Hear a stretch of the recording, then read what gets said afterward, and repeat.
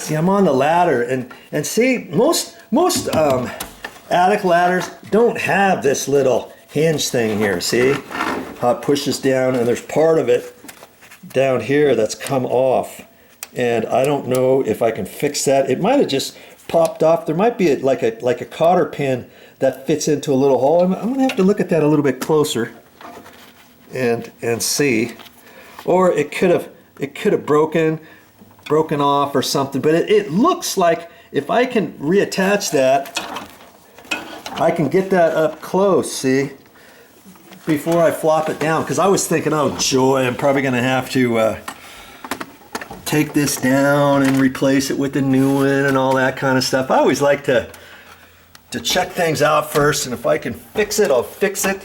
And I actually like this ladder for the fact that I see right here that this looks like it might be loose. I may have to tighten up the screw there. See how that is? It's like that. That's so you can adjust the length of that. But I like this type with the aluminum steps rather than the wood ones.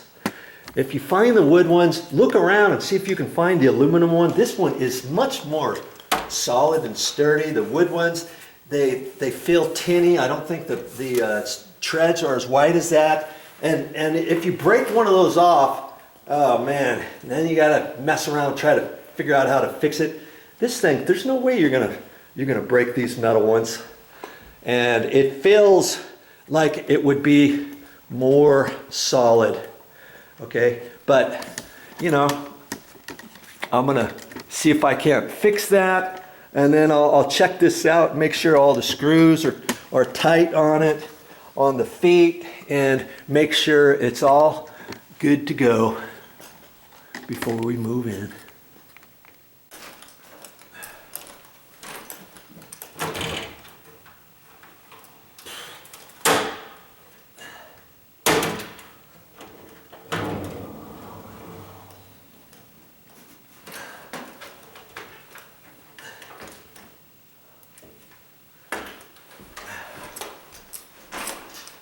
You see what I was talking about? See, I can't get it up there. It's just kind of rubbing on the ceiling there. It's supposed to go up, and that's because this part is supposed to fit nice and tight over there. It's still attached and everything. See, to the bracket up there. See? So I'm going to take a look at that, and if I can fix it, I'm going to fix it. I hope that's given you some ideas for your storage. That's all I got for this time, but I'll be back with more videos. All right, what else am I going to do in here?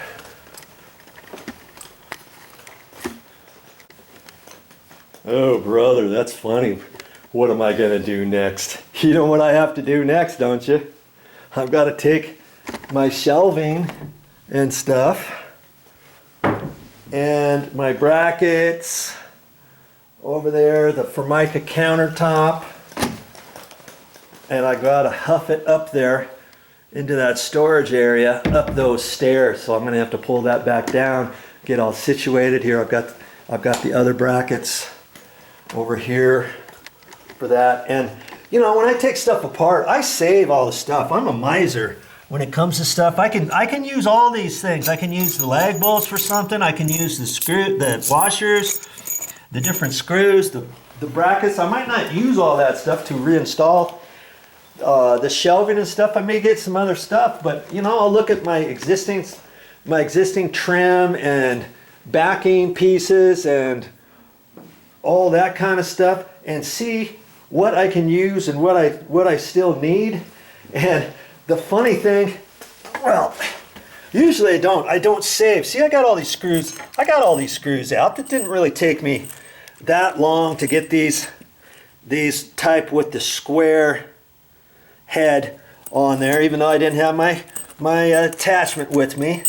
I got that in my cat's paw and I was good to go. Usually I wouldn't go to the store and buy these.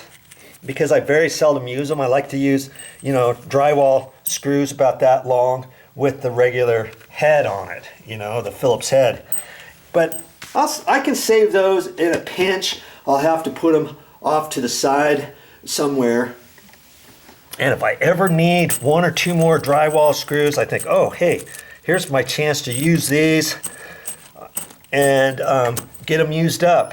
And I saved the gold screws that came out of there. I won't use those as regular drywall screws. I'll probably save them for strike plates if I have a gold colored strike plate, or if I have a door hinge that maybe one of the top screws, or maybe all three top screws to the top hinge are just spinning or something and they're really loose. Oh, no problem. I'll use these. These are long enough to get through the door jamb and into the wood behind there, the framing. So I'll save those. And then here's my two Molly screws.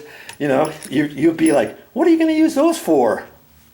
Well, I could take them to the store next time I go to Home Depot and just find the wing, the associated wing size, because Molly's, there's probably 3 or 4 different size thicknesses of Molly's or toggle bolts at the store. Okay, so I can't just go there and guess.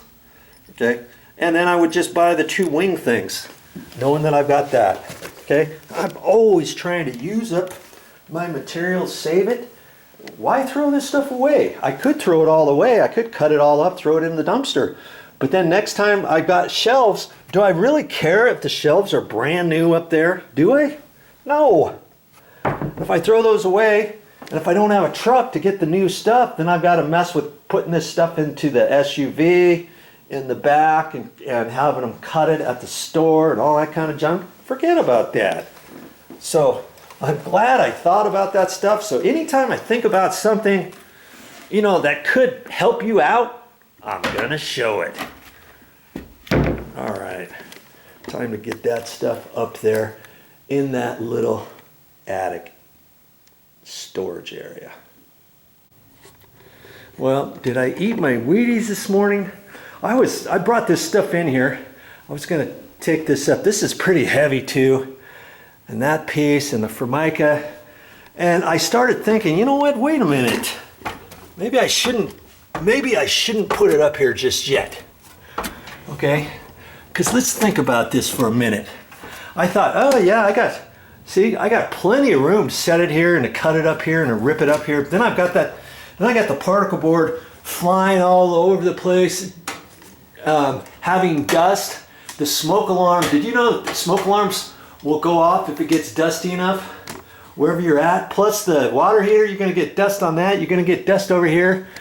I don't think I want to get dust everywhere. I thought, well, the dust will just be here. Well, you know, it's gonna fly all over the place.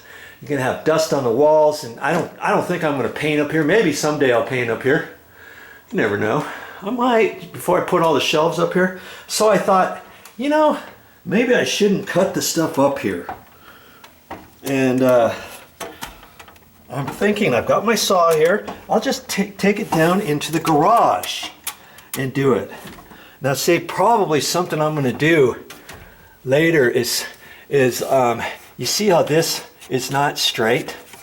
That's because this ladder section is coming down too far, is what's happening with that. Whoever put these little feet on, they didn't adjust it any further. And in fact, see, sometimes the sides have little holes in there, and you can slide and adjust this up and down. If I wanted to get this actually shorter, I would have to take these off, and then I would have to actually cut the aluminum and take the foot, you know, this foot is on a slide, so this aluminum step just goes to there straight across. I'd have to cut that. Then I could with some tin snips or something if I wanted, because technically this is supposed to be straight with that. Do you see what I mean? So it's kind of at a slight angle. Is it enough to really make a difference? Well, probably not, because it's on carpet and stuff, and it's probably going to be okay. But I started thinking, you know, if I'm going to have to cut this in half anyways, and the other one, and use that other Formica, I might as well do measuring for the Formica, and I'll cut that out in the garage, and I'll rip this in half, boom, and then I'll rip this one down, boom, have a little short shelf and a shelf that matches these two. Okay, and I'll do that out in the garage, and I'll clean up. Then it's easier for me to carry that stuff up there. I won't make any dust. And incidentally, if you do make dust and you're like having smoke alarms in your place, they have those little covers. It looks like a shower cap. When you buy these brand new, it comes with a red cap, like a shower cap. And it fits over that. Lots of times I try to save those. In fact, I saved some from when I installed some in the house. And I could bring one of those shower caps over here if I really was planning on cutting something in there, and I would put the shower cap plastic over that. If you don't have that, you could put a piece of plastic, put some masking tape up there, or just, you know, whatever. But you don't want those having to go off. And then there's a fire sprinkler up there too. And I don't think the fire sprinkler would go off in smoke, in dust. I think that is just generated by heat. And there's probably a little glass tube in there. When it gets hot enough, that glass tube breaks. And then the fire sprinkler goes on. Because see, this area is a condo complex, and one of the requirements was that everything be fire sprinklered. Now see, there's a fire sprinkler right there. That one fire sprinkler is enough for this entire room? Well, I guess, and I don't know if they put them in bathrooms. Oh yeah, they got one here in the bathroom. See? Right there, sure enough. See that red thing up there? Once that breaks, then it allows the water to come out, and I think that's heat activated. If you get a fire, that way maybe if you get a fire, let's say you get a fire in the bathroom, your heat ventilate stopped working, it shorted out, there was a fire, this sprinkler went off. It's designed that hopefully just that sprinkler is going to go off and not the rest of them in your condo. Oh, here's another fire sprinkler. That's kind of a bad place to put that fire sprinkler, right next to this stair ladder, in case you whack that with whatever you're carrying up. You got to be careful of that. And incidentally, when I started lowering that, I didn't get it hooked. You know, the springs pushed back far enough, and I was opening it, and it swung back up, and crack! It landed up there, and I was going to have to patch this anyways, because remember, that was there, and that little bit was there from before. But then this time, I hit it, and I'm glad I hit it now, because the metal trim around it is puckered, and I can put a screw there, and then I can put another screw there, and then I'll patch that. It'll look fine when I get all done, but I'll just have to make sure to be careful of that. And I know that this thing is loose too, and so I'm going to tighten those up now, because I don't want anything messing me around later. And that hook, I'll tighten that up, because the hook looks crooked for some reason, and maybe I can kind of make that looking a little better. Okay, at least I have a game plan, and maybe some of the things I've shown you, I've talked about, I've discussed with you, will give you some help and assist you with some of your projects around the house. Hey, not all my videos are going to help you, but maybe just a 20-second or a minute segment out of a 5-minute, 8-minute video, maybe that will help you save all kinds of time and throw a light bulb on in your head, and like, hey, I never thought about that before. And so that's why I encourage you, if you like my videos, watch the entire video, because there might be something on there. I never know what I'm going to say next time, and so you might want to watch each one. All right, guess I better get busy and rip these down in the garage, wipe them all down, get all the dust off of them from all this stuff that I'm going to cut. And I've got to go up there one more time, and I'll measure where I'm going to decide to put that Formica counter. That way I'll have that cut exactly, so when I bring it up there, I won't have to make any dust later on down the road. Yeah, that's what I'm gonna do. Well, there you go. There's my long shelves now. I cut all those up. There's 3 full length ones, and then there's a little short one I can use somehow. And there's my Formica countertop, and I cut it like that. Initially, I was just gonna put it on one wall about, 5 feet or so. Then I was gonna waste about 1.5 feet of that or more. And I thought, hey, maybe I'll just do it in the corner, like an L-shaped deal. So I made one coming out this way, about 40 inches. And I actually wanted almost 60 inches this other way. And so the last bit, since this shorter one goes all the way against the wall, it sticks out 18 inches, then I'm going to put the other one from there over. And when I cut it, I made sure that the factory edge was on this joint right here, okay? And then that'll be nice and straight. I mean, I cut a pretty straight line anyways, and I swept it all up. Doesn't even look like I was out here, huh? Now I can put that stuff up there, and I can make some shelves for later. And to think I was gonna throw that stuff away. Hey, when you get done cutting these, don't just think you're done. I took a wood rasp, thin, fine thread, fine rasping, rough, concaved, fine, rough, and I hit the edges on where I cut, especially on the melamine shelving. And then I took my rag and I dusted all the melamine shelving off, scraped off any extra caulking that was on the melamine shelving, and checked out all this stuff, wiped down everything, because I don't want all that sawdust everywhere and I don't want rough edges. Okay, so I cleaned all that stuff off and swept everything up. Now I'm done cutting everything. See what I'm saying?